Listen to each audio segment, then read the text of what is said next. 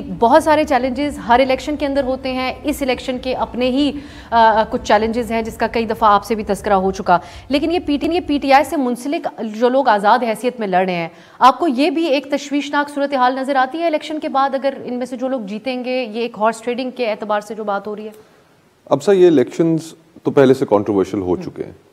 2013-2018 کے جو الیکشنز تھے وہ پولنگ ڈے کے بعد کنٹروورشل ہوئے. یہ الیکشنز ابھی پولنگ ہوئی نہیں ہے لیکن بہت سے سوالات اٹھ گئے ہیں. 2018 کے الیکشنز میں گو کہ میاں نواز شریف صاحب خود الیکشنز میں حصہ نہیں لے سکے لیکن ان کی جماعت تو موجود تھی.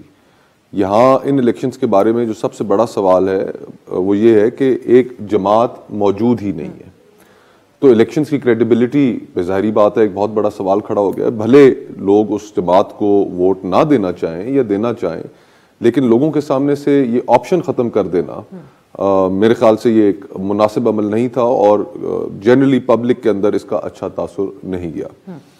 تو جہاں تک باقی ہماری پالیٹکس کا تعلق ہے جس کے اندر ہارس ٹریڈنگ اور یہ, اب آپ کو جہانگیر ترین صاحب کا بھی جہاز کے ویژولز یاد ہوں گے.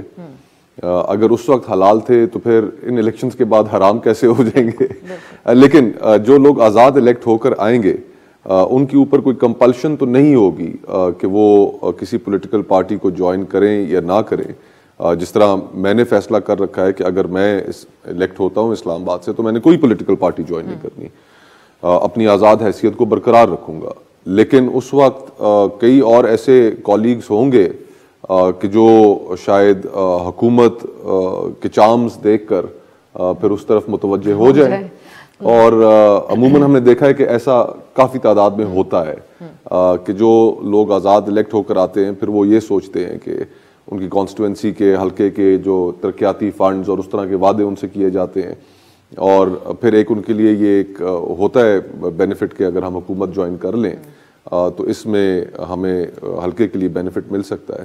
لیکن ایک اور چیز میں اس کو اس نظر سے دیکھتا ہوں کہ 63A کی جو انٹرپریٹیشن کی ہے سپریم کورٹ نے لاسٹ ایئر, اس انٹرپریٹیشن کے بعد کسی سیاسی جماعت میں شامل ہونا اپنے آپ کو غلامی میں دینے کے مترادف ہے.